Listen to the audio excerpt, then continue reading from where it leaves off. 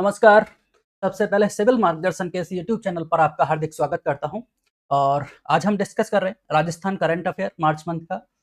एक सेशन हमारा कंप्लीट हो चुका है। ठीक है, तो कुछ जो महत्वपूर्ण टॉपिक थे एग्जाम के पॉइंट ऑफ व्यू से उनको हमने डिस्कस किया और इस सेशन को आज अपन आगे बढ़ाएंगे। ठीक है, तो चलिए आज का टॉपिक देखते हैं क्या रहने वाला हमारा। देखते हैं आज का हमारा टॉपिक है। सबसे पहला जो डिस्कस कर रहे हैं वो एचपीवी टीकाकरण अभियान के बारे में हमसे पूछा गया है। इसके बारे में हमें देखना होगा कि ये किससे संबंधित है, किस रोग से संबंधित है और क्या इसके उपाय किए गए हैं। ठीक है, किससे इसको लाभान्वित किया जाएगा ये हमें देखना है। सबसे पहले जानेंगे एचपीवी एचपीवी टीकाकरण अभियान। ठीक है, देखिए 28 फरवरी 2026 को राष्ट्रव्यापी एचपीवी टीकाकरण अभियान शुरू किया गया। बेसिक बात है, 28 फरवरी को शुरू किया गया। पहली इंपॉर्टेंट बात इसकी हमें जाननी है, भाई कब प्रारंभ हुआ। 28 आपके फरवरी को 2026 से ये राष्ट्रव्यापी अभियान है। इसका मतलब राष्ट्रव्यापी है, इसका मतलब पूरे देश भर में इसको प्रारंभ किया गया है। ठीक है, दूसरी बात है इस अभियान की शुरुआत राजस्थान से की गई है। ये तो हमें पता है, राजस्थान से शुरू की गई है, इसलिए हमारे लिए दूसरी इंपॉर्टेंट बात ये हो जाती है कि राजस्थान में कहाँ से की गई थी। तो राजस्थान में इसकी शुरुआत प्रधानमंत्री जी की रैली हुई थी आपके अजमेर में। ठीक है, तो अजमेर से इसका शुभारंभ किया गया है। अजमेर, ठीक है, अजमेर राजस्थान से इसका शुभारंभ किया गया है। 2 पॉइंट ये भी क्लियर हुआ, ये क्लियर। इसका उद्देश्य सर्वाइकल कैंसर की रोकथाम है। ठीक है, अगर उद्देश्य की बात की गई तो इसका उद्देश्य क्या है। इसका उद्देश्य है सर्वाइकल कैंसर की रोकथाम।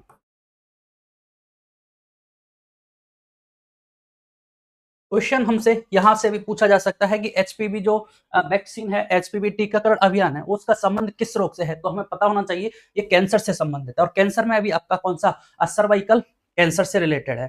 ठीक है, और किसको लाभान्वित किया जाएगा, यहाँ 14 वर्ष की लड़कियों पर केंद्रित है।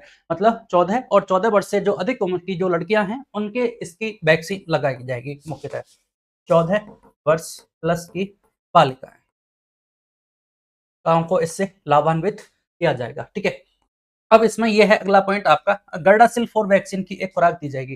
जो सर्वाइकल कैंसर है, एचपीवी वैक्सीन है, इसमें जो खुराक लगेगी वो कौन सी लगेगी, गर्डासिल। ठीक है, पांचवी पॉइंट आपको गर्डासिल, और ये क्या है, गर्डासिल 4 की इसके जो टीका है वो इसको लगाया जाएगा। टीकाकरण सरकारी व्यवस्था केंद्रों पर किया जाएगा। टीकाकरण स्वैच्छिक है, मतलब किसी की इच्छा पर डिपेंड करेगा और अभिभावक की सहमति इसमें अनिवार्य है। हर वर्ष लगभग 1.15 करोड़ लड़कियां इसमें शामिल होंगी और ये सार्वजनिक स्वास्थ्य के क्षेत्र में एक महत्वपूर्ण पहल है। तो हमारे एग्जाम पॉइंट ऑफ व्यू से जो मोस्ट इंपॉर्टेंट जो फैक्ट्स है जो हमारे सामने हैं, ये आपके हमें याद रखना होगा कि एचपीवी जो टीकाकरण अभियान है इसकी शुरुआत कब की गई, 28 फरवरी 2026 को अजमेर राजस्थान से राष्ट्रव्यापी इस अभियान की प्रारंभ किया गया है। इसका संबंध सर्वाइकल कैंसर से संबंधित है। 14 प्लस वर्ष की जो लड़कियां हैं उनको इससे लाभान्वित किया जाएगा और इसमें जो टीका लगेगा वो किसका लगेगा, गर्डासिल 4 का टीका लगेगा। दूसरी इंपॉर्टेंट बात इसमें यह थी कि ये एचपीवी 16 और एचपीवी 18 ये क्या है, ये वायरस का नाम है। पांचवी अगली जो इंपॉर्टेंट पॉइंट है वो यही है आपका, एचपीवी 16 और एचपीवी आपके 18 ये वायरस के नाम है। ठीक है, जो इस रोग के लिए, सर्वाइकल कैंसर के लिए जिम्मेदार हैं, इससे ये संक्रमण करते हैं, एचपीवी 16 और एचपीवी 18। जैसे N1H1 है, H1N1 N15 है, उसको पूछा जाता है। इसी तरह आपसे पूछा जा सकता है एचपीवी 16 और एचपीवी 18 किस रोग के लिए जिम्मेदार हैं, तो वो सर्वाइकल कैंसर के लिए ये जिम्मेदार है। ठीक है, अब यहाँ से अगर एचपीवी की फुल फॉर्म हमें पता होना चाहिए। एचपीवी की जो फुल फॉर्म है आपके क्या है, ह्यूमन आपके papilloma virus, human papilloma virus. इसको देख लेते हैं, ह्यूमन पेपिलोमा वायरस। ठीक है, ह्यूमन पेपिलोमा वायरस है। तो ये एग्जाम के पॉइंट ऑफ व्यू से बहुत इंपॉर्टेंट टॉपिक है। ठीक है, तो ये सारे पॉइंट्स हमें याद रखने हैं। चलिए, दूसरा है अजमेर में आयुर्वेद विश्वविद्यालय, हमारे राजस्थान के अजमेर से संबंधित दूसरा एक यूनिवर्सिटी स्थापित की गई है कि 9 मार्च 2026 को आयुर्वेद, योग और प्राकृतिक चिकित्सा विश्वविद्यालय अजमेर विधेयक पारित किया गया है। हमें सीधी सी बात याद रखनी है कि जो आयुर्वेद, योग और प्राकृतिक चिकित्सा की जो विश्वविद्यालय है वो कहाँ स्थापित किया जाएगा, तो इसको अजमेर में स्थापित किया जाएगा। सीधा क्वेश्चन पूछा जा सकता है, डायरेक्ट फैक्ट है, हमें याद रखना है कि आयुर्वेद, योग और प्राकृतिक जो चिकित्सा विश्वविद्यालय है वो कहाँ स्थापित किया जाएगा? अजमेर में स्थापित किया जाएगा। चलिए अगला देखते हैं। गरीबी मुक्त गांव योजना फिर एक इंपॉर्टेंट स्कीम सरकार के द्वारा चलाई गई है। गरीबी मुक्त कौन सी गांव योजना? गरीबी मुक्त गांव योजना सीधा सा पर्पज है, सरकार का हर संभव प्रयास यह है कि गांव से गरीबी को मुक्त किया जाए। ठीक है, अब किस तरह से किया जाएगा?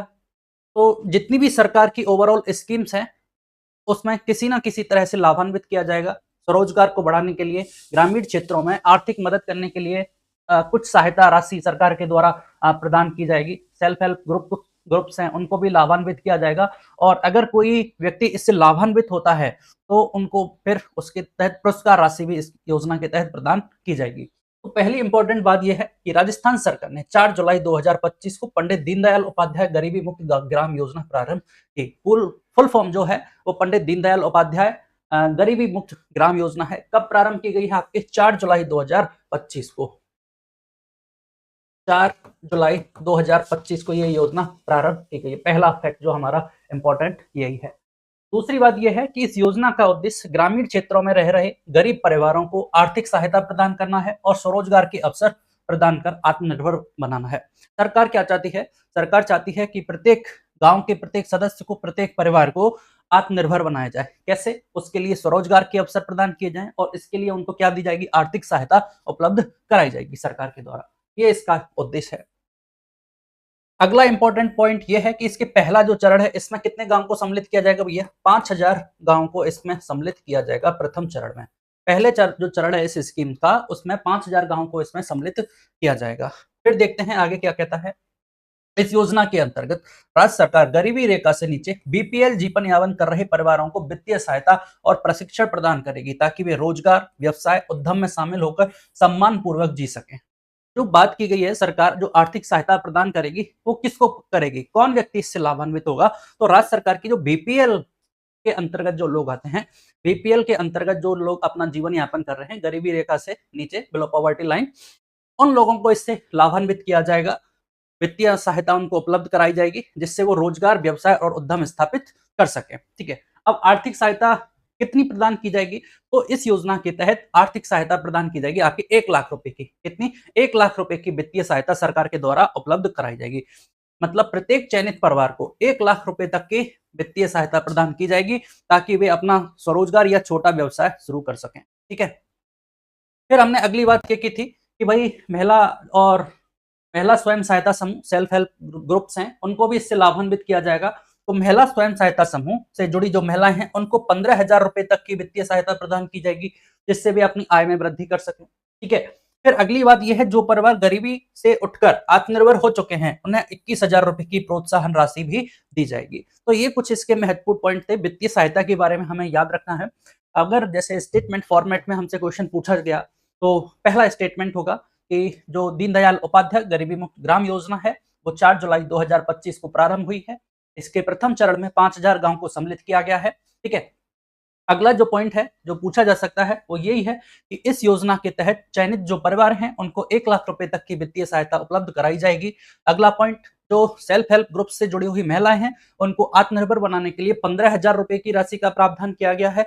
साथ ही अगला जो इंपॉर्टेंट फैक्ट है कि जो लोग इस योजना के तहत लाभान्वित होकर गरीबी रेखा से ऊपर आते हैं, ठीक है, उनको 21,000 रुपए की प्रोत्साहन राशि प्रदान की जाएगी। तो ये फैक्ट्स हमें इस योजना के बारे में याद रखने हैं। ठीक है, चलिए आगे देखते हैं और क्या है।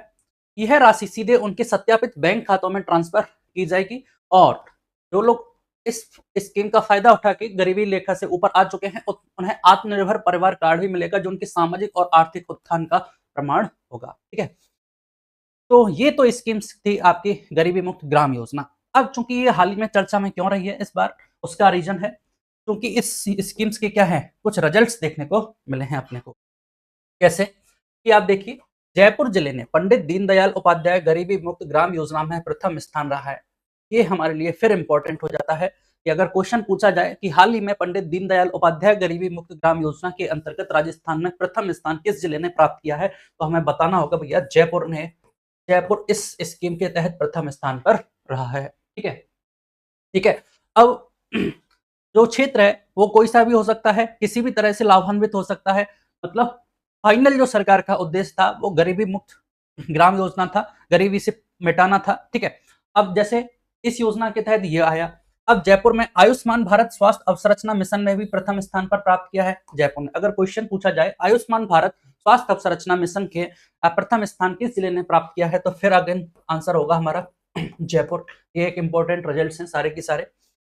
तो आयुष्मान भारत स्वास्थ्य अवसंरचना मिशन क्या था, ये स्कीम सेकंड चैप्टर में हमने देखी थी स्वास्थ्य और कल्याण में, कि अवसंरचना का निर्माण करना था प्राइमरी स्तर पर, सेकेंडरी स्तर पर, हर स्तर पर, मतलब स्वास्थ्य के क्षेत्र में इंफ्रास्ट्रक्चर को डेवलप करना था, ठीक है। स्वच्छ भारत मिशन शहरी की बात करें तो जयपुर ने 100% उपलब्धि हासिल की है, ये बात फिर याद रखनी है। 20 सूत्रीय कार्यक्रम है, महिला एवं बाल विकास विभाग ने अपने लक्ष्य पूर्ण किए हैं। ब्लॉक पब्लिक हेल्थ यूनिट में जयपुर की द्वितीय रैंक रही है। अगर क्वेश्चन पूछा जाए block public health unit health से रिलेटेड है, ब्लॉक स्तर की है, और इस पे भी जयपुर ने सेकंड रैंक प्राप्त की है। सीटी पीटी एवं पिंक टॉयलेट्स रेडियो में जयपुर शीर्ष 3 में रहा है। कुसुम योजना के तहत फीडर बिफरकेशन में जयपुर शीर्ष 5 में रहा है। ये जो फीडर बिफरकेशन है, इसका मतलब ये है कि सरकार चाहती है पीपीएम कुसुम योजना के तहत सौर ऊर्जा को बढ़ावा देना चाह रही है, ठीक है।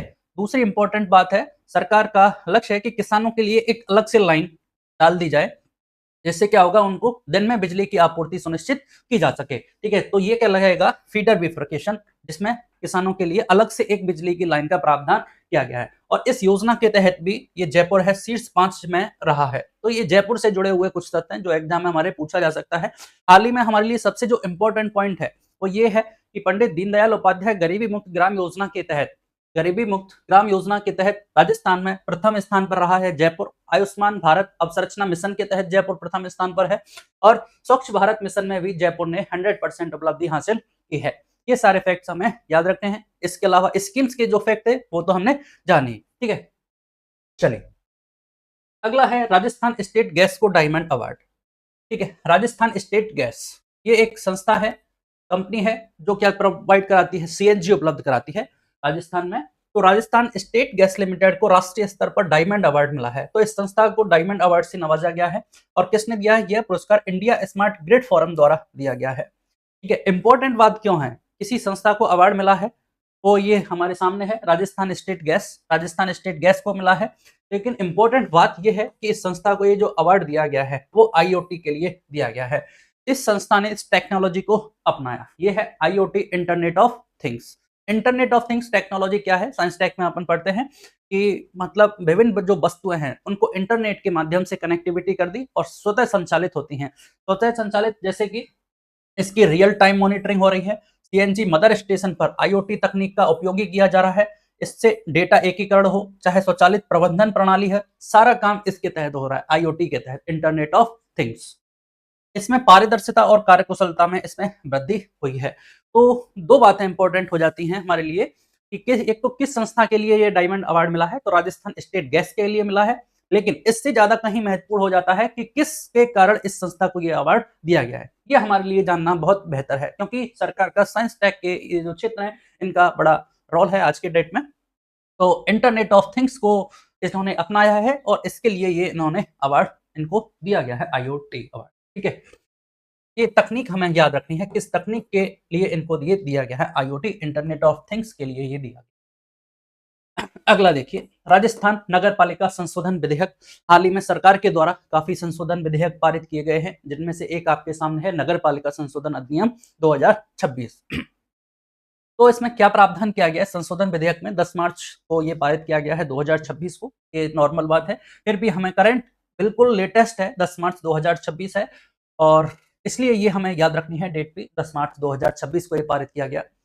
इंपॉर्टेंट जो प्रावधान किए गए हैं इसमें वो ये है कि सरकार ने 1995 में प्रावधान किया था कि वे व्यक्ति जिनके 2 से अधिक बच्चे हैं वो नगर पालिका या ग्राम पंचायत का चुनाव नहीं लड़ सकते, ठीक है। ये प्रावधान किया था सरकार ने 1995 में। कब किया था, 1995 में ये प्रावधान लागू किया था। अब सरकार ने इस प्रावधान को हटा दिया है, ठीक है। हटा दिया है मतलब देखिए, संशोधन के अनुसार अब 2 से अधिक संतान वाले प्रत्याशी भी नगर निकाय चुनाव लड़ सकेंगे। मतलब वे व्यक्ति जिनके 2 से अधिक संतानें हैं वो भी अब चुनाव लड़ सकेंगे, उनको छूट दी गई है। पहले क्यों लगाया था, सरकार का मानना था जनसंख्या नियंत्रण, ठीक है, कि पहले जनसंख्या नियंत्रण को अपनाना था, इसलिए ये प्रावधान लागू किया गया था। लेकिन अब बदलते सामाजिक परिदृश्य एवं जन जागरूकता को देखते हुए यह निर्णय अप्रासंगिक मानकर हटाया गया है। ठीक है, अब सामाजिक जो परिदृश्य है, जो जनसंख्या कंट्रोल है, वो थोड़ी सी कंट्रोल में है। ठीक है, जनसंख्या वृद्धि मतलब कंट्रोल में है। पहले कहीं एक व्यक्ति के 4 से 5 बालक या बच्चे होते थे, आज लगभग अपन प्रत्येक घर की बात करें तो 2 या 3 या 1 तक स्थिति पहुंच गई है। इसलिए ये नियम आज की डेट में थोड़ा सा अप्रासंगिक हुआ है और इसलिए इसको हटा दिया गया है। दूसरा यह है कि भाई संशोधन का उद्देश्य लोकतांत्रिक अधिकारों का विस्तार एवं अनुभवी व्यक्तियों की भागीदारी सुनिश्चित करना है। इस कारण क्या हो रहा था, कई बार जो योग्य व्यक्ति थे, जो राजनीति में आने चाहिए थे, वो नहीं आ पा रहे थे। सरकार का एक पॉइंट ये भी था, इसलिए इसको हटा दिया गया। राजस्थान नगरपालिका अधिनियम 2009 में संशोधन कर कुष्ठ रोग को खतरनाक रोगों की सूची से भी हटा दिया गया। दूसरा इंपॉर्टेंट जो इसमें संशोधन किया गया है, यह है कि जो व्यक्ति कुष्ठ रोग से पीड़ित था, उसको भी इसमें चुनाव लड़ना प्रतिबंधित था, तो इस प्रतिबंध को भी हटा दिया गया है। तो क्वेश्चन यहाँ से पूछा जा सकता है, एक तो स्टेटमेंट फॉर्मेट में 2 स्टेटमेंट दे दिए जाएंगे, या क्वेश्चन रोग से संबंधित पूछा जा सकता है कि हाल ही में सरकार ने नगरपालिका संशोधन विधेयक 2026 के तहत किस रोग को मतलब इस श्रेणी से हटा दिया गया है, तो वो होगा आपका कुष्ठ रोग, लेप्रोसी। ठीक है, तो ये निर्णय भाई सर्वोच्च न्यायालय के निर्देशों के अनुपालना में लिया गया है ताकि भेदभाव समाप्त किया जा सके। अगर ये व्यक्ति इस रोग से पीड़ित हैं और उनको चुनाव लड़ने नहीं दिया जा रहा है, इसका मतलब कहीं ना कहीं सुप्रीम कोर्ट की नजर में ये भेदभाव है और इस भेदभाव की अनुपालना के कारण इसको हटा दिया गया है। तो ये 2 मेन डिसीजन थे।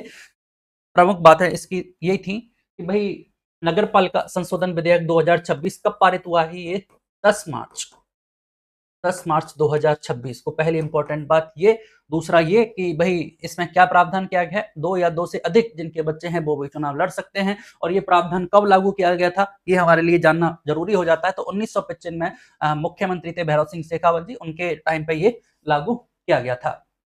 ठीक है, दूसरा कुष्ठ रोग को खतरनाक रोगों की सूची से हटा दिया गया है। इसके अलावा कुछ और प्रावधान किए गए वर्तमान में कि भाई ओबीसी जनसंख्या के स्पष्ट आंकड़ों के अभाव में चुनाव प्रभावित हुए हैं। वर्तमान में जो नगर निकाय के चुनाव हैं वो प्रभावित हुए हैं, उसका रीजन बताया गया है संशोधन में कि जो ओबीसी जनसंख्या के आंकड़े हैं वो स्पष्ट नहीं है और सर्वोच्च न्यायालय ने ओबीसी डेटा प्रस्तुत करने के निर्देश दिए हैं। ठीक है, फिर एक फॉर फैक्ट इससे हमें याद रखना है कि हाल ही में परिसीमन चल रहा है, तो राज्य में 309 नगरीय निकाय हैं और 309 नगरीय निकायों में से आपके 234 नगरीय निकायों में परिसीमन पूर्ण हो चुका है। क्वेश्चन पूछा जा सकता है हाल ही में कि नगरपालिका संशोधन अधिनियम 2026 के अकॉर्डिंग कितने नगरीय निकायों में आपका परिसीमन पूर्ण हो चुका है, तो 234 जो नगरीय निकाय हैं उनमें ये आपका परिसीमन पूर्ण हो चुका है। ठीक है, यहाँ से लिख लीजिए परिसीमन इसमें पूर्ण हो चुका है। ठीक है, इंपॉर्टेंट बात यह है कि परिसीमन पूर्ण हो चुका है, तो जो नगरपालिका एक्ट है उस अधिनियम की किस धारा के अंतर्गत, तो अधिनियम की धारा 10 के अंतर्गत राज्य सरकार को निकायों में परिसीमन और सीमांकन का पूर्ण अधिकार दिया गया है। इसके तहत धारा 10 के तहत, ये हमें याद रखनी है, ये हमारे लिए इंपॉर्टेंट हो जाता है। ठीक है, तो 309 में से 234 जो आपके नगरीय निकाय हैं उनमें परिसीमन पूर्ण हो चुका है, किसके तहत, धारा 10 के तहत। ठीक है, आपका ईओआरओ का पेपर आने वाला है, तो इस एग्जाम पॉइंट ऑफ व्यू से ये बहुत इंपॉर्टेंट पॉइंट है। पूरा जो नगरपालिका जो एक्ट है, ये प्रावधान किए गए हैं, उस एग्जाम के पॉइंट ऑफ व्यू से बहुत इंपॉर्टेंट है। चलिए, फिर एक विधेयक, राजस्थान जन विश्वास विधेयक 2026। क्या प्रावधान किए गए हैं, किससे ये संबंधित है, जन विश्वास विधेयक से संबंधित क्या प्रावधान किए गए हैं, ये हमें जानना होगा। ठीक है, तो सरकार ये चाहती है कि कुछ गलतियां ऐसी होती हैं या कुछ प्रावधान ऐसे हैं जिसमें अपराध ऐसे हैं जिसमें सजा का प्रावधान है सीधे, तो सरकार ये चाहती है सजा के प्रावधान को कम करके जुर्माने का प्रावधान ज्यादा बेहतर है। इससे क्या होगा, व्यक्ति को अगर कोई गलती कर भी दी, कोई अपराध कर भी दिया, तो उसको जुर्माने के द्वारा ही हटा दिया जाए, उस समस्या को निपटारा कर दिया जाए। तो इससे एक तो जो आपके कोर्ट हैं उन पर जो दबाव है वो कम होगा, दूसरी व्यक्ति की इजी ऑफ लिविंग और इजी ऑफ डूइंग बिजनेस करना आसान हो जाएगा। ये 2 बातें हैं, इससे संबंधित कुछ प्रावधान इसमें किए गए हैं। मतलब सरकार ये चाहती है कि जो छोटे अपराध हैं उसमें कारावास की जगह जुर्माने का प्रावधान कर दिया जाए। क्वेश्चन यहाँ से सीधा पूछा जा सकता है कि राजस्थान जन विश्वास विधेयक का संबंध किससे है, तो ये पॉइंट इसलिए ये हमें इसका उद्देश्य याद रखना है। अब इसमें लगभग 11 कानून थे जिसमें संशोधन किए गए हैं। जो कुछ महत्वपूर्ण संशोधन थे, किन किन कानूनों में किए गए हैं वो हमें याद रखना है। ठीक है। इससे क्या होगा, निवेश एवं उद्यमिता को प्रोत्साहन मिलेगा। सरकार जब कारावास की जगह छोटे अपराधों में जुर्माने का प्रावधान करेगी, तो कुछ जो हमारे राज्य में निवेश और उद्यमिता को प्रोत्साहन मिलेगा, क्योंकि कुछ व्यापारी उसके कारण क्या है, निवेश ही नहीं कर पाते हैं। टेक्निकल इश्यूज होते हैं कुछ कानूनों में, उसकी वजह से गलती मानी जाती है और सजा का प्रावधान होता है, तो इसलिए वो निवेश ही नहीं करते। इसलिए ये निवेश और उद्यमिता को राज्य में प्रोत्साहन मिलेगा।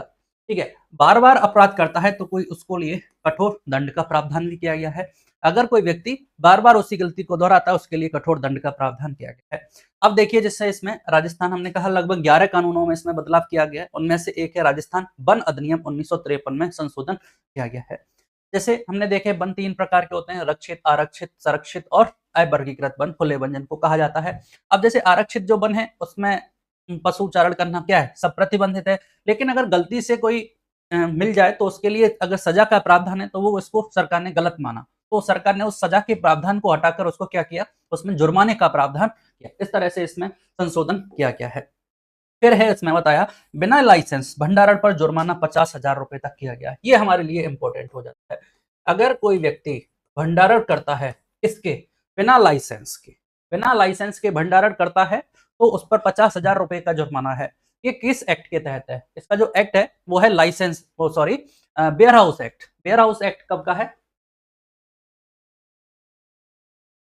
वेयर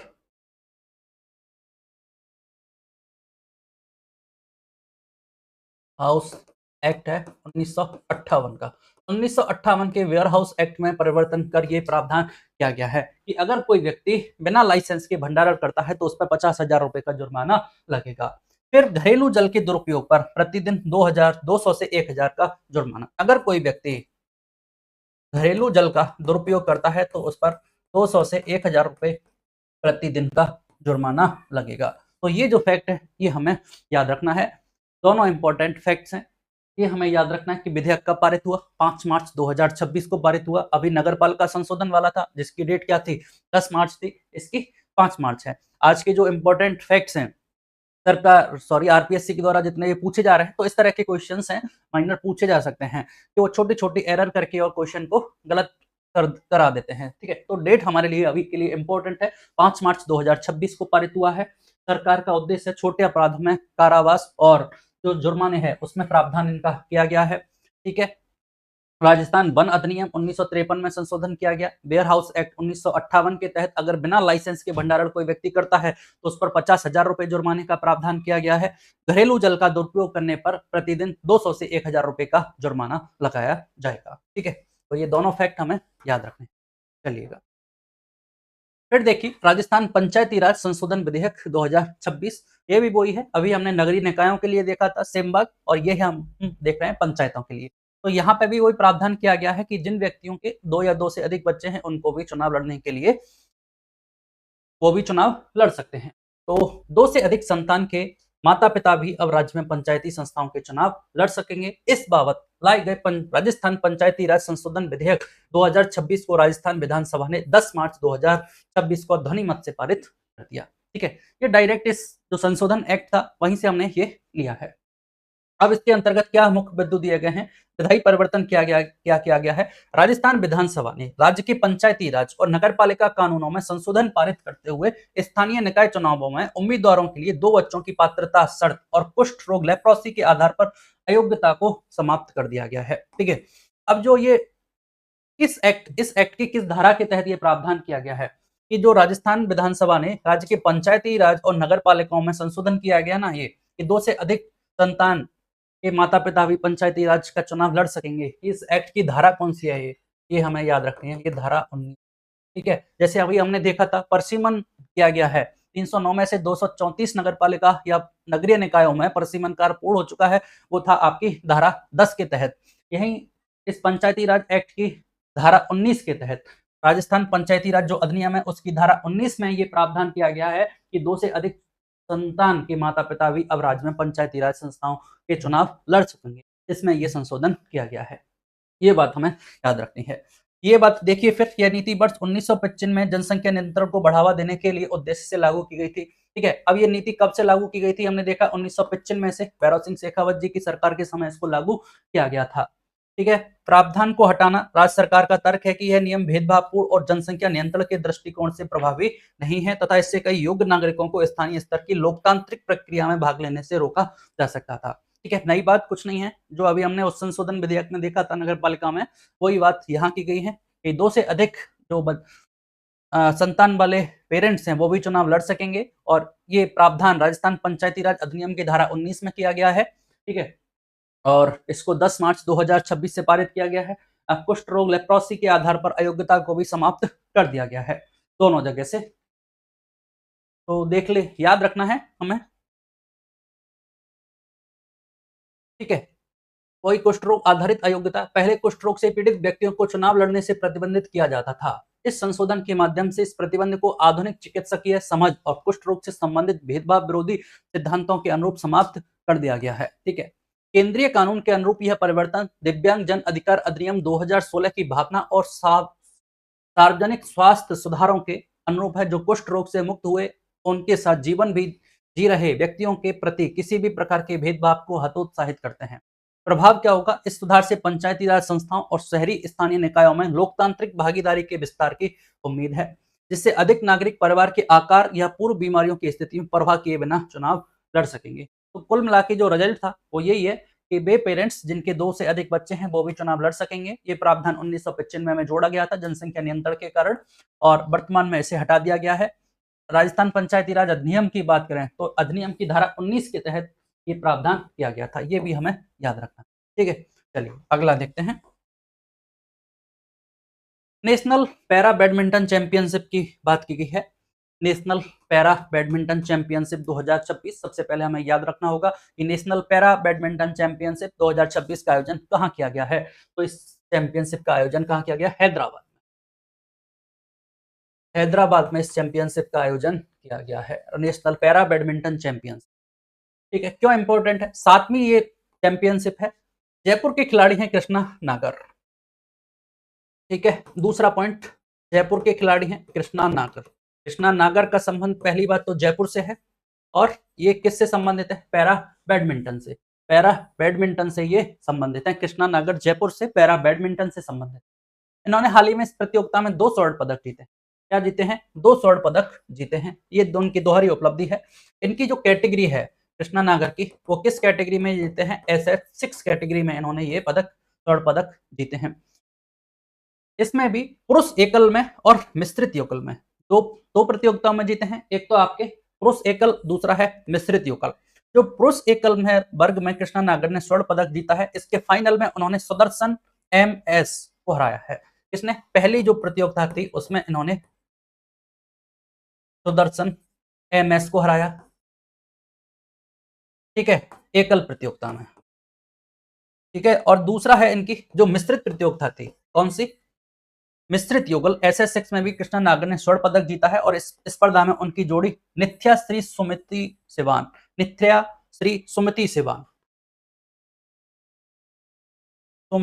आपके सिवान, इनको इन्होंने हराया है। तो ये बात हमें कुछ पॉइंट्स याद रखने हैं, क्वेश्चन पूछा जा सकता है कि हाल ही में नेशनल पैरा बैडमिंटन चैंपियनशिप है, 7वीं प्रतियोगिता थी आपके हैदराबाद में इसका आयोजन किया गया है।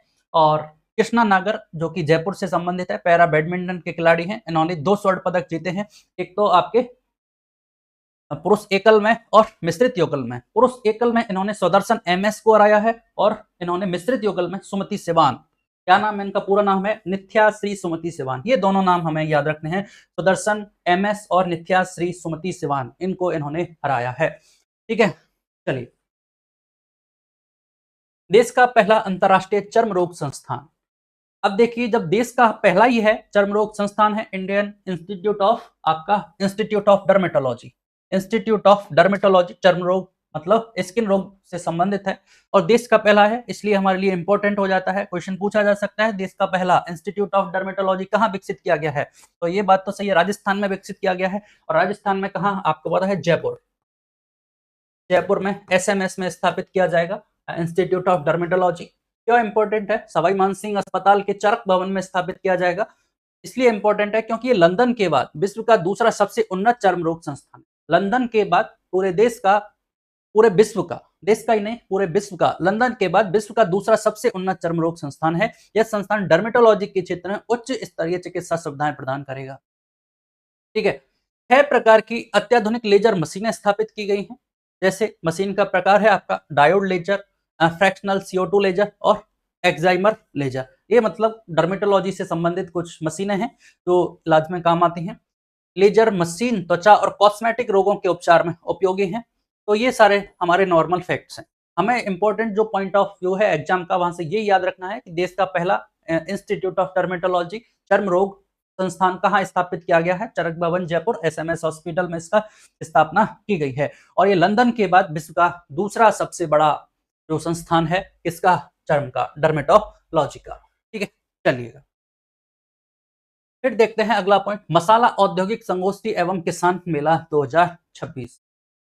मसाला औद्योगिक संगोष्ठी और किसान मेला, ठीक है, मसालों से संबंधित है, किसानों से संबंधित है और ये मेले का आयोजन किया गया है मसालों से संबंधित। तो कहाँ किया गया है?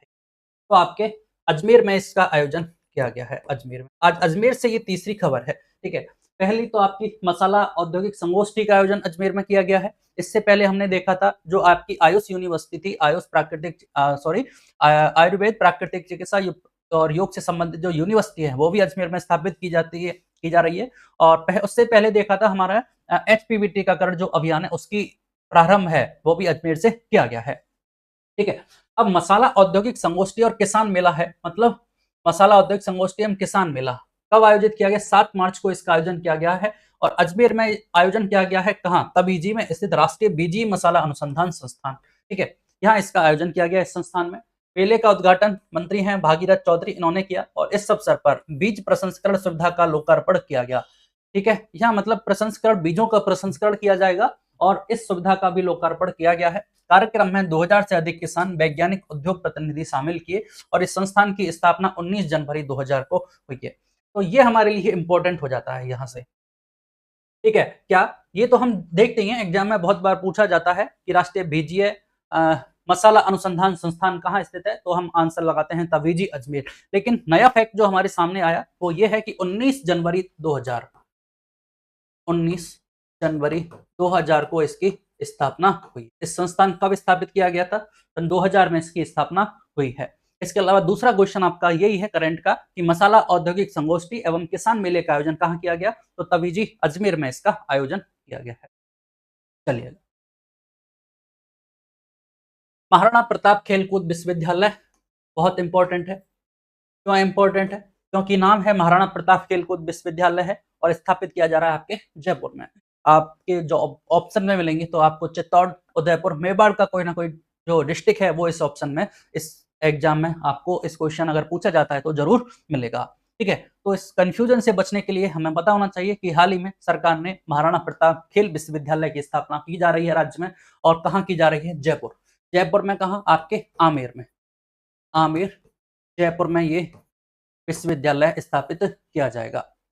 राजस्थान विधानसभा ने 10 मार्च 2026 को यह विधेयक पारित किया है। विश्वविद्यालय जयपुर के आमेर में स्थापित किया जाएगा। लगभग 2 लाख वर्ग मीटर भूमि इसके लिए चिन्हित की गई है। अनुमानित लागत है इसकी 101 करोड़ रुपए। विश्वविद्यालय का अधिकार क्षेत्र पूरे राजस्थान में होगा। ये अगला फैक्ट हमारे लिए इंपॉर्टेंट हो जाता है। मतलब महाराणा प्रताप खेलकूद जो विश्वविद्यालय होगा, राजस्थान के जितने भी विश्वविद्यालय या महाविद्यालय खेलकूद प्रतियोगिताओं से संबंधित हैं वो सभी इसके अंतर्गत आ जाएंगे। ठीक है, तो मतलब विश्वविद्यालय का जो अधिकार क्षेत्र है वो संपूर्ण राजस्थान में होगा। राज्य के सभी खेल महाविद्यालय और संस्थान इससे संबद्ध होंगे। प्रारंभिक चरण में प्रत्येक संभाग से एक एक महाविद्यालय को इससे जोड़ा जाएगा। मतलब हमारे प्रदेश में 7 संभाग है, 7 संभाग से एक एक जो महाविद्यालय है वो इसको इस विश्वविद्यालय से जोड़ा जाएगा और इसकी स्थापना कहाँ की जा रही है? आमेर, जयपुर में। आज की डेट में जो सबसे इंपॉर्टेंट फैक्ट है वो यही है कि महाराणा प्रताप आपका खेल विश्वविद्यालय इसकी स्थापना कहाँ की जाएगी? तो आमेर, जयपुर में इसकी स्थापना की जाएगी। चलिए, राजस्थान के राजस्व में 7.10% की वृद्धि बहुत इंपॉर्टेंट हो जाता है। डायरेक्ट हिट करेगा क्वेश्चन ये एग्जाम में। डायरेक्ट क्वेश्चन पूछा जाएगा। एक तो इकोनॉमिक सर्वे से भी रिलेटेड ये जानकारी हो गई, करंट का एसयू हो गया, इकोनॉमिक्स से संबंधित हो गया, तो कई सारे फैक्टर्स इसमें जुड़ जाते हैं और सरकार की जो आय है उसमें भी वृद्धि हुई है, उससे संबंधित है। तो सरकार भी चाहती है कि सरकार ने कुछ ऐसे काम किए हैं जिनकी वजह से सरकार के राजस्व में वृद्धि हुई है, वो जनता को, विद्यार्थियों को पता लगे, एग्जाम उसके लिए बेहतर ऑप्शन है। तो इसलिए क्वेश्चन पूछा जा सकता है। तो वृद्धि पूछी जा सकती है कि हाल ही में राजस्थान सरकार के राजस्व में कितने प्रतिशत की वृद्धि दर्ज की गई है, तो हमें पता होना चाहिए 7.10% की ये वृद्धि दर्ज की गई है। अब राजस्व के स्रोत पता होना चाहिए, भाई सरकार के इनकम का स्रोत है राजस्व और गैर राजस्व। तो राजस्व में क्या सम्मिलित है? राजस्व में आपके कर और गैर कर, दो प्रकार से राजस्व की प्राप्ति होती है। कर में हमें पता है दो प्रकार के कर होते हैं, कौन कौन से आपके, जैसे इसमें तो एक तो निगम कर होता है, आपके आयकर होता है, व्यक्ति की आय पर लगता है। इसके अलावा जीएसटी है, कॉर्पोरेट टैक्स है। वहीं बात करें गैर कर की, तो गैर कर में कौन से इंक्लूड होते हैं? गैर कर आय कौन सी है? जैसे किसी की लाभांश मिल गया सरकार को, किसी ने आपका शुल्क लगा दिया, ठीक है, वहां से जो आय है सरकार की वो इसके अंतर्गत इंक्लूड होती है, ठीक है। तो राजस्थान सरकार के राजस्व में वृद्धि हुई है कितनी? 7.10% के राजस्व में वृद्धि हुई है। अब ये 7.10% की वृद्धि है, कहीं ना कहीं कुछ स्पेसिफिक क्षेत्रों में ये वृद्धि हुई होगी, तो हमें याद रखना है कि परिवहन विभाग के राजस्व में 9.51 की वृद्धि हुई है, ठीक है। ग्रीन टैक्स से आय में भी बढ़ोतरी दर्ज की गई। डीएलसी दरों में सुधार के कारण स्टाम्प ड्यूटी राजस्व में 16.34% की वृद्धि हुई है। खनन क्षेत्र में 12% की वृद्धि है। आबकारी विभाग के राजस्व में 7.52% की वृद्धि हुई है। तो आप देख पा रहे हैं यहाँ से, एक तो आपके आबकारी, स्टाम्प ड्यूटी, स्टाम्प ड्यूटी है, आबकारी है, खनन है और परिवहन है, ठीक है। तो आबकारी में लगभग कितनी प्रतिशत की वृद्धि है? वही लगभग 7.5% की। स्टाम्प ड्यूटी में सर्वाधिक 16.34% की वृद्धि है। खनन क्षेत्र में कितनी है? लगभग खनन क्षेत्र में 12% है और परिवहन के क्षेत्र में अगेन लगभग 7% की वृद्धि दर्ज की गई है। तो ये 4 पॉइंट हमें याद रखने हैं, ठीक है। मेन जो फैक्ट है वो तो यही है कि राजस्व में 7.10% की वृद्धि दर्ज की गई है, जिसमें आबकारी में हम देख रहे हैं लगभग 7.5, स्टाम्प ड्यूटी 16% है, खनन के क्षेत्र में 12% है, परिवहन के क्षेत्र में 7% है। मतलब सरकार ने इन क्षेत्रों में बहुत अच्छे प्रयास किए गए होंगे, इसलिए ये प्रावधान, ये राजस्व में जो वृद्धि है वो दर्ज की गई है, कितनी? 7.10%। चलिएगा, अंतर्राष्ट्रीय महिला दिवस, ठीक है। हाल ही में अंतर्राष्ट्रीय महिला दिवस का आयोजन किया गया है। कब मनाया जाता है अंतर्राष्ट्रीय महिला दिवस? 8 मार्च को ये दिवस मनाया जाता है। कब? 8 मार्च को, ठीक है। 8 मार्च को ये दिवस मनाया जाता है। तो हमें ये पता होना चाहिए कि भाई राज्य स्तरीय कार्यक्रम कहाँ आयोजित किया गया है इसका। तो अंतर्राष्ट्रीय महिला दिवस का जो राज्य स्तरीय कार्यक्रम है आपके हनुमानगढ़ में आयोजित किया गया है। हनुमानगढ़ में कहा कार्यक्रम? धान मंडी, धान मंडी हनुमानगढ़, धान मंडी हनुमानगढ़ में ये इसका आयोजन किया गया है। यहाँ से सरकार ने 1008 करोड़ से अधिक की विकास परियोजनाओं का शिलान्यास किया है, ठीक है। अब इसके साथ कुछ प्रोग्राम लॉन्च किए, जैसे लाड़ू प्रोत्साहन योजना पोर्टल सरकार ने लॉन्च किया, डीबीटी के माध्यम से लाभार्थियों को राशि हस्तांतरित की, साथन मार्गदर्शिका का डिजिटल विमोचन किया गया, पन्नाधाय सुरक्षा एवं सम्मान योजना के तहत महिलाओं को सम्मानित किया गया है। कार्यक्रम में मुख्यमंत्री की सुरक्षा महिला पुलिसकर्मियों ने संभाली, ठीक है। ये कुछ इंपॉर्टेंट फैक्ट है। सबसे इंपॉर्टेंट फैक्ट हमारा यही है कि अंतर्राष्ट्रीय महिला दिवस का जो राज्य स्तरीय कार्यक्रम है वो कहाँ आयोजन किया गया? धान मंडी हनुमानगढ़ में इसका आयोजन किया गया। दूसरी इंपॉर्टेंट बात, जो लाड़ू प्रोत्साहन योजना है, जिसका संबंध बच्चियों के प्रति सकारात्मक अप्रोच समाज में विकसित हो, उनका स्वास्थ्य और शिक्षा से संबंधित जो महत्वपूर्ण प्रावधान किए गए हैं, आपको पता है 1.5 लाख रुपए की संकल्प राशि इसके तहत प्रदान की जाती है, उसका पोर्टल लॉन्च किया गया, ठीक है। डीबीटी के माध्यम से राशि हस्तांतरित की गई, साथिन मार्गदर्शिका का डिजिटल विमोचन इस योजना के तहत किया गया है। तो ये फैक्ट हमें याद रखने हैं। चलिए, खाद्य सुरक्षा प्रशिक्षण दिया गया है जिसमें हमने विश्व रिकॉर्ड बनाया है, तो इसलिए हमारे इंपॉर्टेंट हो जाता है। देखिए 48,000 से अधिक लोगों को प्रशिक्षण दिया गया है। World book of records London में इसका नाम दर्ज हुआ है, ठीक है। अभियान था, जैसे हमारा अभियान है शुद्ध आहार मिलावट पर वार, कब प्रारंभ हुआ था ये अभियान? आपके 15 फरवरी 2024 से प्रारंभ किया गया है, शुद्ध आहार मिलावट पर वार। और इसमें किन किन लोगों को सम्मिलित किया गया? आंगनबाड़ी, मिड डे मील कर्मी, jail staff, street food vendors को इसमें सम्मिलित किया गया है। और उद्देश्य आपका क्लियर है, स्वच्छता के वैश्विक मानकों पर प्रशिक्षण इसके तहत दिया जाएगा। ठीक है। तो कोई खास बात जो एग्जाम के पॉइंट ऑफ व्यू से मुझे लग नहीं रही है, पूछा जा सकता है कि खाद्य सुरक्षा प्रशिक्षण है वो दिया गया है, 48,000 लोगों को इसमें प्रशिक्षण दिया गया है। और इस अभियान के बारे में जरूर हमें याद रखना है कि शुद्ध आहार मिलावट पर 12 अभियान कब प्रारंभ हुआ, तो 15 फरवरी 2024 को यह अभियान प्रारंभ किया गया था। ठीक है, चलिएगा, ये बहुत इंपॉर्टेंट है।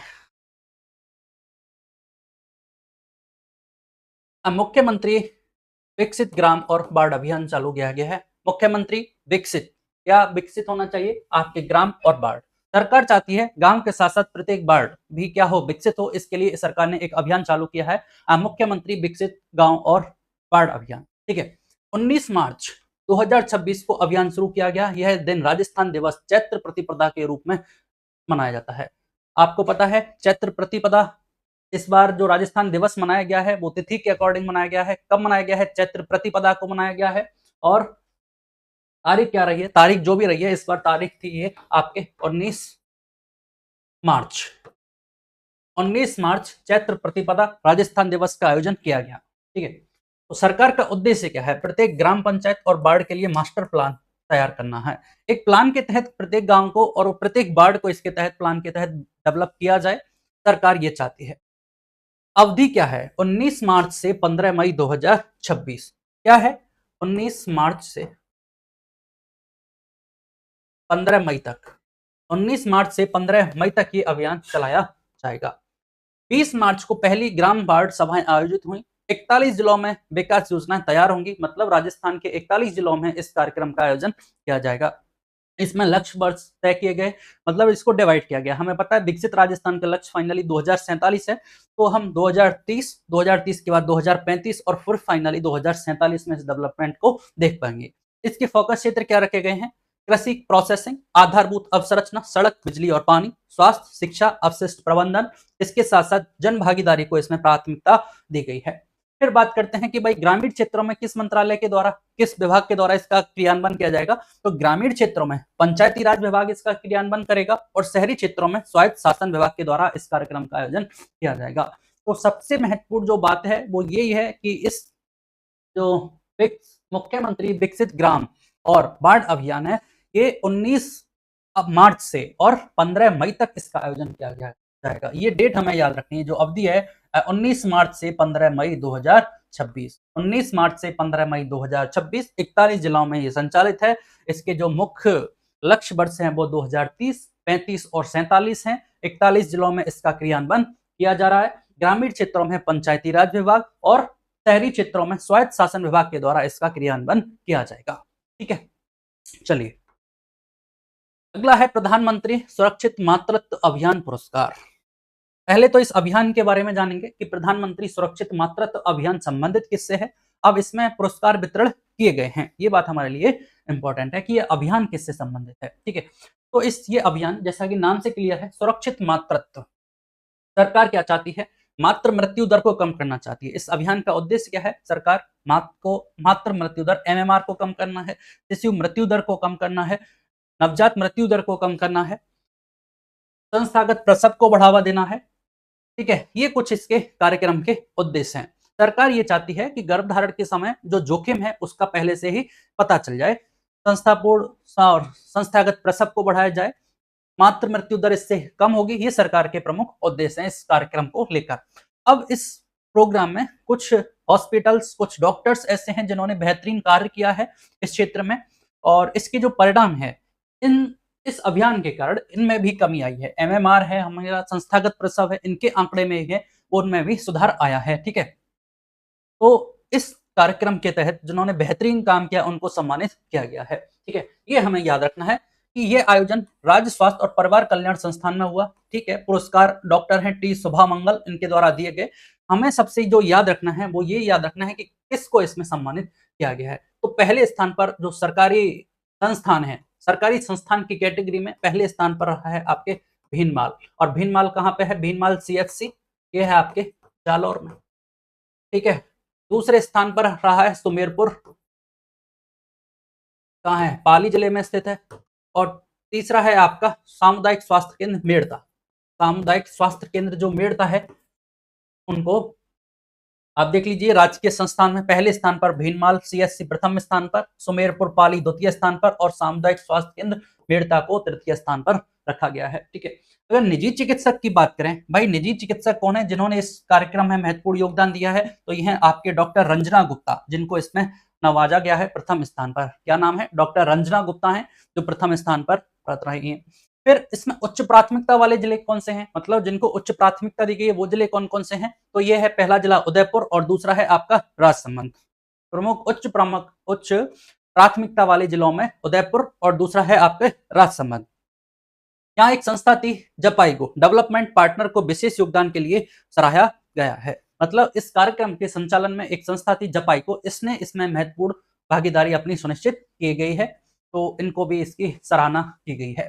ठीक है, तो कुछ फैक्ट्स जो एग्जाम पॉइंट ऑफ व्यू से पूछे जा सकते हैं कि हाल ही में प्रधानमंत्री सुरक्षित मातृत्व योजना के तहत किस सीएससी को प्रथम स्थान प्राप्त हुआ है, तो वो है आपके भीनमाल के बाद दूसरा कौन सा है, सुमेरपुर पाली, और थर्ड स्थान पर रहा है सामुदायिक स्वास्थ्य केंद्र भीनमाल। निजी चिकित्सक के रूप में डॉक्टर रंजना गुप्ता का नाम आगे आया है, और उच्च प्राथमिकता वाले जो जिले हैं उनमें आपके उदयपुर और राजसमंद अग्रणी जिले रहे हैं। चलिए, ज्ञान भारतम मिशन।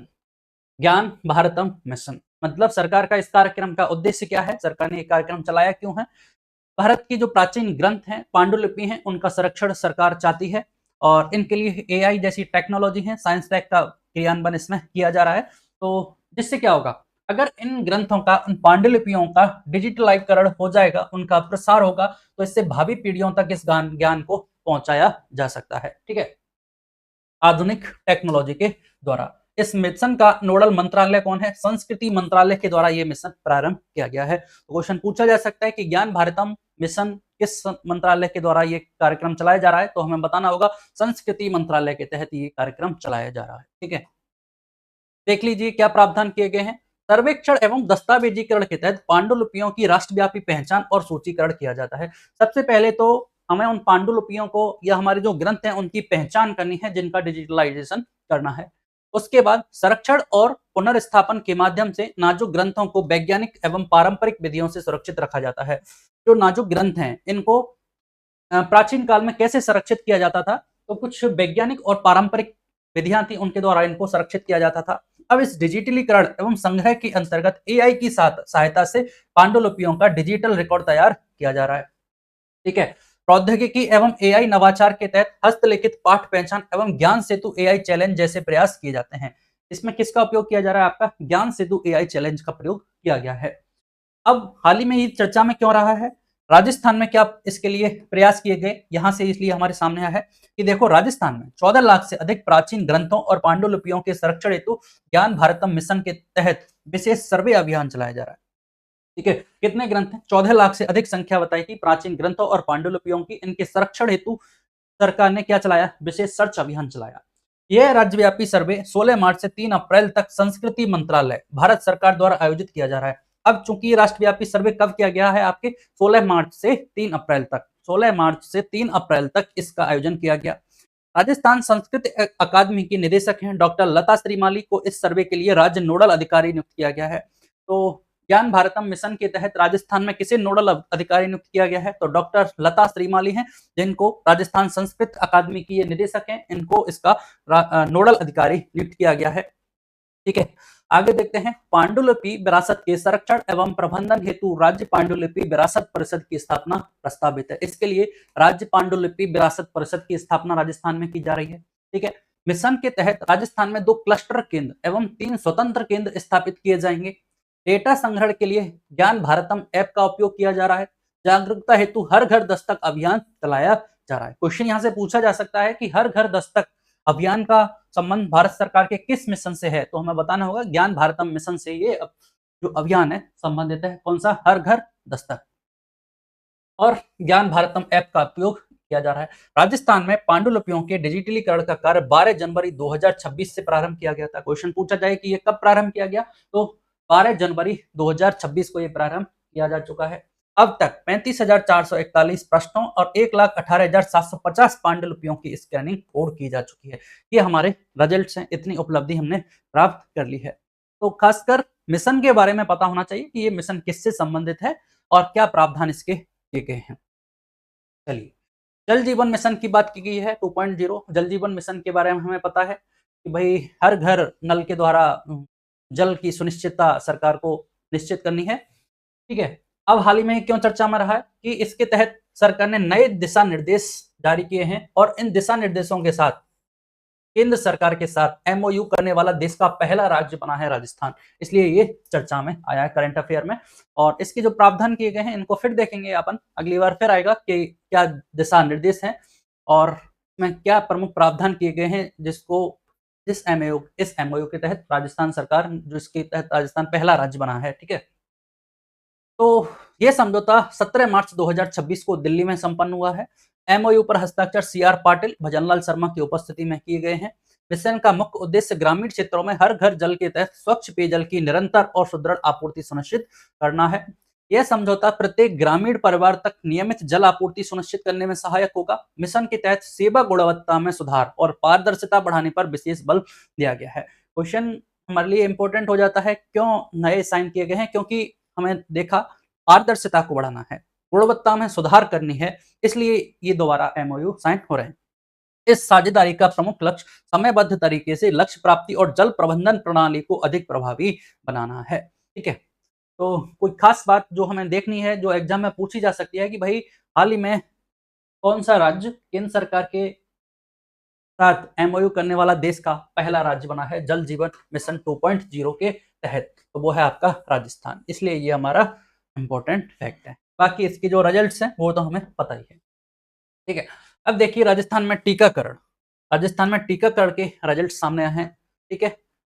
टीकाकरण हमारे लिए इंपॉर्टेंट है क्योंकि पहले ही चैप्टर में या दूसरे चैप्टर में हमने स्वास्थ्य और कल्याण में कुछ आंकड़े देखे थे। जैसे नवजात मृत्यु दर देखी थी, राजस्थान की 20.2 थी, वहीं भारत की लगभग 24 थी।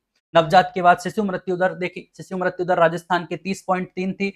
वहीं केंद्र सरकार, सेंट्रल गवर्नमेंट, भारत का जो आंकड़ा था वो आपका कितना था? लगभग 35 के आसपास था, 30 से 35। तो राजस्थान की स्थिति कहीं ना कहीं बेहतर थी। इसी तरह हमने संस्थागत प्रसव के बारे में देखा था, राजस्थान में कितना था? 94.9। ठीक है। जबकि भारत का संस्थागत प्रसव की दर कितनी है? 88 थी। वहीं से हमने और फैक्ट की बात करें, एमएमआर की बात की थी। राजस्थान में एमएमआर कितना था? राजस्थान का एमएमआर था भाई 113 से घटकर कितना हो गया था? 86 हो गया था। कितना? 113 से घटकर 86 हो गई थी। तो इसमें ये क्या है? सुधार है। ठीक है। तो इसके नए आंकड़े आए। इसी तरह से टीकाकरण की बात की गई। राजस्थान में टीकाकरण का जो प्रतिशत था हमारे इकोनॉमिक सर्वे में लगभग 80% था और भारत में ये आंकड़ा कितना था? 76% था। तो टीकाकरण की स्थिति भी राजस्थान में बेहतर थी। अब इसके नए आंकड़े जारी किए गए हैं। तो राष्ट्रीय टीकाकरण दिवस कब मनाया जाता है? आपके 16 मार्च 2026 को। 16 मार्च 2026, 16 मार्च को टीकाकरण दिवस मनाया जाता है। अब मुख्य उपलब्धि देखनी है। आप देखिए पूर्ण टीकाकरण में कितना परिवर्तन आया। 1992-93 में केवल 21% टीकाकरण होता था। वहीं 2024-25 में ये आंकड़े 91.8 पे पहुंच गए हैं। ठीक है। 1992-93 में आंकड़ा था 21.1 और आज 2024-25 में ये आंकड़ा कितना हो गया? 91.8% हो चुका है। ये हमारे लिए ऐतिहासिक उपलब्धि है। तो क्वेश्चन पूछा जा सकता है, हाल ही में चर्चा में रहा है क्या? टीकाकरण। तो राजस्थान ने कितनी उपलब्धि प्राप्त की है? तो ये आंकड़ा हमें पता होना चाहिए, 98.8%। हालिया प्रगति, रीसेंट ट्रेंड देखो लगातार वृद्धि दर्ज की गई है। 2021-22 में 83% था, 2023-24 में ये आंकड़ा 88.2 था और आज 2024-25 के आंकड़े देखे गए हैं जो 91.8% है। तो ये क्या बता रहा है? लगातार वृद्धि दर्शाता है। तो ये जो फैक्ट्स है अपना, कौन सा? ये 24-25 वाला, 24-25 वाला जो फैक्ट है ये हमें याद रखना है। कितना? 91.8% टीकाकरण का प्रतिशत है। अगर आर्थिक समीक्षा के अकॉर्डिंग पूछा जाए कि आर्थिक समीक्षा 2025-26 के अनुसार राजस्थान में टीकाकरण का कितना प्रतिशत है, तो वो लगभग वहां दे रखा है, लगभग आपका 80%। लेकिन करंट न्यूज 2024-25 की क्या कहती है? 91.8% है। ये एग्जैक्ट डेटा आपके सामने है, ये हमें याद रखना है। अगला है टीबी मुक्त भारत 100 दिवसीय विशेष अभियान चलाया गया है। सरकार चाहती है कि राज्य, देश टीबी मुक्त हो। ठीक है। इसके लिए एक 100 दिवसीय विशेष अभियान चालू किया गया है। तो विश्व टीबी दिवस कब मनाया जाता है? आपके 24 मार्च को विश्व टीबी दिवस मनाया गया। ठीक है। इसके पहले हमने अभी देखा था टीकाकरण दिवस कब मनाया गया है। तो टीकाकरण दिवस आपके 16 मार्च को मनाया गया है। देखिए, इसका शुभारंभ किया है एसएमएस मेडिकल कॉलेज में, इसका राज्य स्तरीय कार्यक्रम प्रारंभ किया गया। अभियान की शुरुआत गजेंद्र सिंह खीवसर की उपस्थिति में की गई। अभियान का विस्तार क्या है? 11,184 जो चिन्हित ग्राम और शहरी क्षेत्रों में इसको लागू किया गया है। आयुष्मान आरोग्य शिविरों के माध्यम से टीबी उन्मूलन में तेजी आएगी। इसमें जांच प्रक्रिया क्या है? स्कैनिंग और टेस्टिंग, कौन कौन से टेस्ट इसमें होंगे आपके? तो 14 वर्ष से अधिक आयु की जो व्यक्ति हैं उसकी स्क्रीनिंग की जाएगी, और इसमें छाती का एक्सरे, हीमोग्लोबिन, शुगर टेस्ट और संदिग्ध मामलों में सीबीएनएटी की जांच है वो सुनिश्चित की जाएगी। इसके बारे में हमें थोड़ा सा देख लेना होगा कि सीबीएनएटी जांच किससे संबंधित है। ठीक है, तो क्या प्रावधान है भाई? टीबी मुक्त भारत 100 दिवसीय विशेष कार्यक्रम चलाया जा रहा है। अब इसमें इंपॉर्टेंट बात हमारे लिए क्या है? देखो, इसकी जो ऐतिहासिक उपलब्धि है ये हमारे लिए इंपॉर्टेंट हो जाती है। अब इस टीबी मुक्त कार्यक्रम के तहत ये एक योजना है, निक्षय मित्र पहल सपोर्ट सिस्टम है। ठीक है, इन लोगों के लिए जो टीबी से प्रभावित हैं, इन मरीजों को पोषण और सामाजिक सहयोग प्रदान करेगा कौन? निक्षय मित्र। और निक्षय मित्र योजना के तहत ये लोग हैं, सामाजिक कार्यकर्ता हैं, सामाजिक सहयोग की बात की गई है, मरीजों के पोषण के लिए बात की गई है, निक्षय मित्र पहल। ठीक है, अब ऐतिहासिक उपलब्धि क्या है कि वर्ष 2025 में 1.75 करोड़ लोगों की स्क्रीनिंग की गई है। देश में सर्वाधिक कवरेज किया गया है। और हमारा फ्यूचर का टारगेट क्या है? फ्यूचर का टारगेट ये है कि 2025 में 3350 ग्राम पंचायतों को टीबी मुक्त किया गया। क्वेश्चन ये पूछा जा सकता है आपकी। ठीक है, ये फैक्ट हमें याद रखना है कि हाल ही में या 2025 में कितनी ग्राम पंचायतों को टीबी मुक्त घोषित किया गया? तो 3350 ग्राम पंचायत हैं जिनको टीबी मुक्त घोषित किया गया। और 2026 में क्या चाहती है सरकार? इसको डबल करना चाहती है, इस टारगेट को डबल करना चाहती है। ये तो आंकड़ा आपका कब का है? 2025 का है। 2026 में सरकार इसको क्या करना चाहती है? डबल करना चाहती है। इसलिए ये हमारे लिए इंपॉर्टेंट है। ठीक है, चलिएगा, पढ़ाई विद एआई। एआई के साथ पढ़ाई को सरकार ने प्राथमिकता दी है। तो ये एक कार्यक्रम चलाया गया है पायलट प्रोजेक्ट के रूप में। तो हमसे पूछा जा सकता है कि ये पायलट प्रोजेक्ट कहाँ स्टार्ट किया है? तो राजस्थान के टोंक जिले में सरकारी स्कूलों में पढ़ाई विद एआई पहल को पायलट प्रोजेक्ट के रूप में शुरू किया गया है। इसका विकास राष्ट्रीय सूचना विज्ञान केंद्र एनआईसी द्वारा किया गया है। ठीक है, पढ़ाई विद एआई टोंक जिले में ये अभियान प्रारंभ किया गया है राष्ट्रीय सूचना विज्ञान केंद्र के द्वारा। क्या है इसका प्रावधान? इसका उद्देश्य एआई के माध्यम से आरबीएससी कक्षा 10th के गणित विद्यार्थियों को व्यक्तिगत द्विभाषी, एक तो व्यक्तिगत तौर पर और द्विभाषी हिंदी और अंग्रेजी दोनों माध्यम में अभ्यास प्रश्न हो, उनका त्वरित समाधान हो और रियल टाइम प्रदर्शन विश्लेषण उपलब्ध कराना है। ठीक है, मेन मुद्दे की बात यही है कि पढ़ाई विद एआई कार्यक्रम पायलट प्रोजेक्ट के तौर पर राजस्थान के किस जिले से प्रारंभ किया गया? तो हमें याद रखना है राजस्थान के टोंक जिले से इसका इस पायलट प्रोजेक्ट को प्रारंभ किया गया है। चलिएगा, वर्ल्ड ग्लोबल इम्पैक्ट अवार्ड 2026 की बात की गई है। वर्ल्ड ग्लोबल इम्पैक्ट अवार्ड 2026 से किसे सम्मानित किया गया है और ये किस क्षेत्र में दिया गया है? देखिए, जितेंद्र शर्मा है, इनको वर्ल्ड ग्लोबल इम्पैक्ट अवार्ड 2026 से सम्मानित किया गया है। नाम है इनका जितेंद्र शर्मा। कौन है ये? इनके बारे में हमें देखना होगा। पहली बात तो यही है कि किसको सम्मानित किया गया है वर्ल्ड ग्लोबल इम्पैक्ट अवार्ड से? जितेंद्र शर्मा जी को इस अवार्ड से नवाजा गया है। यह सम्मान सनातन संस्कृति के वैश्विक प्रचार प्रसार हेतु किया गया है। क्यों दिया जाता है? सनातन जो संस्कृति है उसका वैश्विक प्रचार प्रसार करने हेतु इसका ये अवार्ड दिया जाता है। पुरस्कार नई दिल्ली में आयोजित हुई है world global summit 2026। World global summit कहाँ आयोजन की गई? दिल्ली में इसका आयोजन किया गया, जिसका संबंध सनातन संस्कृति के वैश्विक प्रचार प्रसार से संबंधित है। इसमें डॉक्टर जितेंद्र शर्मा जी को सम्मान से नवाजा गया है।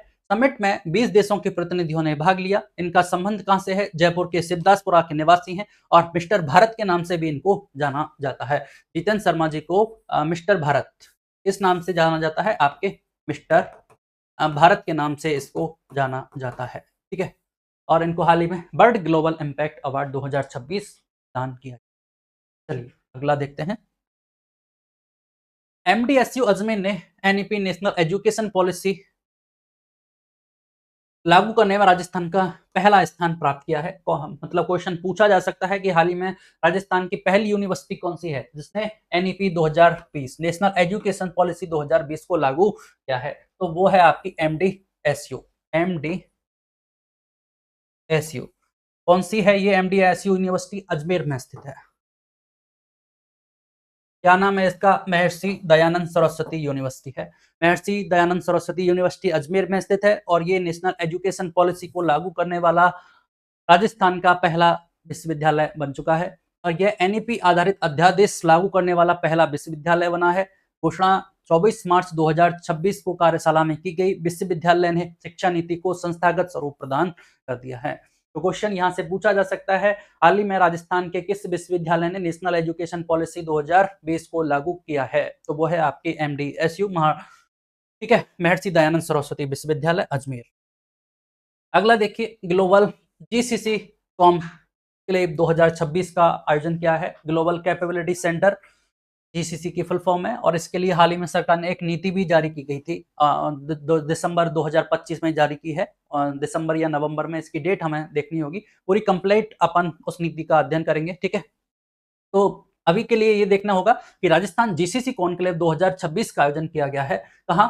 25 मार्च 2026 को इसका आयोजन जयपुर में किया गया है। होटल द ललित जयपुर में आयोजन किया गया। ये इंपॉर्टेंट हमारे लिए कुछ खास है नहीं, हमें इंपॉर्टेंट जो हमारे लिए है वो ये है कि राज्य को हमें इसमें उद्योगों के लिए निवेश के क्षेत्र में क्या बनाना है, हब विकसित करना है, ठीक है। मल्टीनेशनल जो कंपनी है उनको निवेश के लिए हमें प्रोत्साहित करना है।